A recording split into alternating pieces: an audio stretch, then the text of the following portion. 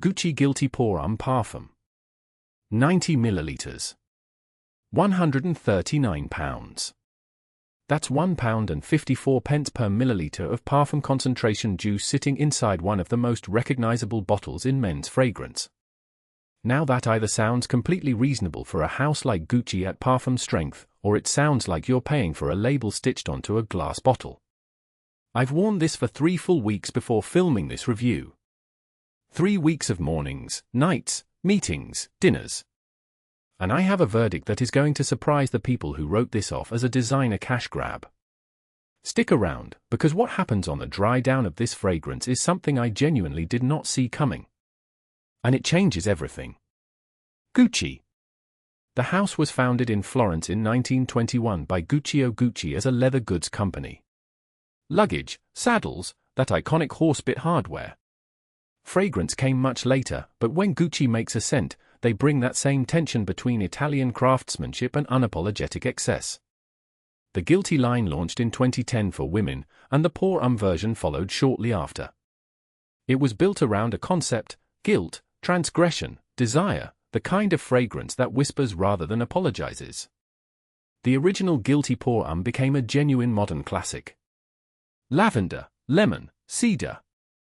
Clean, sharp, masculine in the most traditional sense. But here's what matters about this flanker, the parfum. Gucci took the Guilty DNA and stripped away everything polite about it. This is not the office safe, crowd-pleasing original. This is the original after dark. After it stopped caring what you think. Parfum concentration means higher fragrance oil content, which means every note goes deeper, darker, more tenacious. When a house does this well, it feels like hearing an acoustic track played with a full orchestra. When they do it badly, it feels muddy and suffocating. So which is this? The bottle is a proper statement piece. It keeps the geometric, masculine silhouette of the original Guilty line, that clean rectangular flacon with the beveled edges, but finished here in a much darker, richer black lacquer with gunmetal accents. It feels serious. Substantial. You pick this up and it doesn't rattle, it doesn't feel hollow, it feels like something that costs money. The cap is magnetic, satisfying click, solid seal. The sprayer has a good tight mist, not that wide diffuse spray that wastes half the juice. The Gucci branding is clean and restrained. No screaming logos, just that interlocked GG monogram sitting quietly on the front like it doesn't need to prove anything. The outer box matches, dark, sleek, structured cardboard that feels like a gift before you've even opened it. If you're buying this as a present or treating yourself, the unboxing experience is worth something. Does the bottle match the scent? Yes. Completely. The darkness of the packaging is not just aesthetic, it's a promise about what's inside. And on this occasion, the packaging doesn't lie. Okay. First spray. The opening is assertive. There's no shy introduction here. What hits you first is a burst of sharp, almost metallic spice. There's a peppery, almost smoky quality right at the top that cuts through instantly. The Guilty DNA is still there underneath, you can sense that lavender freshness lurking at the edges, but the parfum concentration has dragged everything out of the light and into something considerably more shadowed. The projection on the opening blast is excellent. 2 sprays on the neck and this thing announces itself in a room. Not aggressively loud, not the kind of fragrance that clears a lift, but present. Confident. The kind of sillage where someone across the table notices without saying anything and then thinks about it on the way home. In the first 15 minutes there's an almost resinous quality that starts to build behind the spice.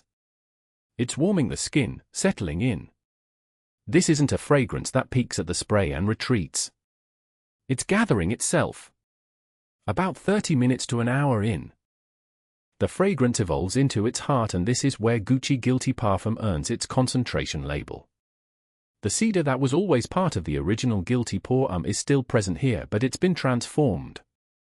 In the original it was crisp, almost architectural. Here it becomes warmer, almost creamy.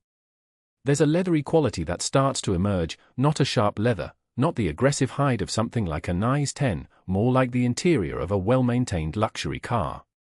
Warm, smooth, lived in. There's also a subtle sweetness entering the mix. Not gourmand, not dessert sweet, think more of a resinous amber warmth that cushions the spice and the cedar and stops the whole composition from going too cold or too austere. This is where the parfum concentration is doing real work. In a lighter formulation, these nuances would evaporate. At parfum strength they linger and layer.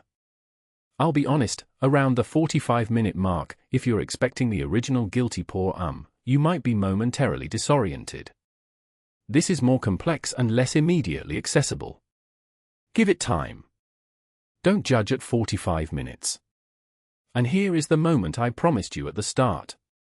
3, 4, 5 hours in, this fragrance does something I genuinely did not expect from a Gucci designer release. It becomes almost niche in its character. The dry down settles into this extraordinary combination of warm sandalwood, deep amber, and what I can only describe as a dark vetiver-adjacent earthiness that grounds the whole thing. It becomes intimate. It pulls close to the skin. The projection softens, but the quality, the richness, the complexity intensifies. It stops broadcasting and starts speaking directly to the person close enough to catch it. And that is a very deliberate, very sophisticated move for a fragrance at this price point and this brand positioning. I've smelled parfum concentrations from houses twice the price of Gucci that don't achieve this quality of dry down. Genuinely. The soul of this fragrance is in hours for through 7, and if you spray it once, sniff your wrist for 30 seconds and put it back on the shelf, you are robbing yourself completely. Right. Numbers. Because this matters when you're spending £139. On skin, a conservative estimate is 8 to 10 hours of genuine wear. With a 2-spray application I was consistently getting past the 10-hour mark with fragrance still detectable on skin. Not powerfully projecting at 10 hours, but present, intimate, real. On clothes, significantly longer. I sprayed a shirt on a Monday, wore it, hung it up, picked it up Thursday. Still there. A ghost of it, but there. Sillage follows a clear arc, strong projection in the first hour. This will enter a room ahead of you. Moderate sillage in hours 2 through 4, your immediate space is claimed. From hour 4 onwards it becomes a skin scent with selective sillage, only people close to you will catch it. And close to you is exactly where you want this fragrance to be working. Best time of day? Evening. Autumn and winter. This is not a summer fragrance, this is not a beach fragrance, this is not a gym fragrance. This is a fragrance for low light and considered company. If you're the type who builds an outfit with intention, who picks a watch to match a jacket rather than just grabbing whatever's nearest, this is your fragrance. You appreciate craft. You're not chasing compliments, you're wearing this for yourself first, and that confidence is precisely what this scent rewards. If you're in your 30s or 40s, past the phase of wanting your fragrance to be the loudest thing in the room, and you want something that reveals itself slowly to the right people, this is exactly that fragrance. It's intimate without being understated. Sophisticated without being cold. If you love the original Guilty Pour Homme and want to understand what it could become, what it grows into, this is that answer. Now. Who should not wear this? If you live for that fresh, ozonic, just showered quality, this will frustrate you. There is nothing clean fresh about the dry down of this fragrance. It goes warm, dark, resinous. It is the opposite direction. If you need a fragrance that works 9 to 5 in a corporate open-plan office, be careful. The opening hour of this is confident enough to make close-quarters colleagues aware of you. That may or may not be what you want on a Tuesday morning.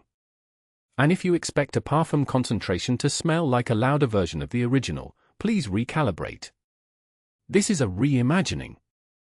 The relationship is clear, but this is its own thing entirely. £139 for 90 millilitres. That's £1.54 per milliliter. At parfum concentration, from a house like Gucci, that is genuinely competitive pricing. Compare it to Tom Ford, compare it to Dior's parfum line, you'll find you're paying significantly more for comparable concentration and comparable heritage. This is not where you're being gouged. Are you paying partly for the name? Of course you are. That's the reality of designer fragrance, and anyone who pretends otherwise is lying to you. But the question is whether the liquid justifies the remainder of that price, and in this case, I would argue it does. If you want something in a similar emotional register at a lower price point, look at Paco Rabanne's 1 Million Parfum. It hits some of those same warm, amber, spice notes and comes in cheaper.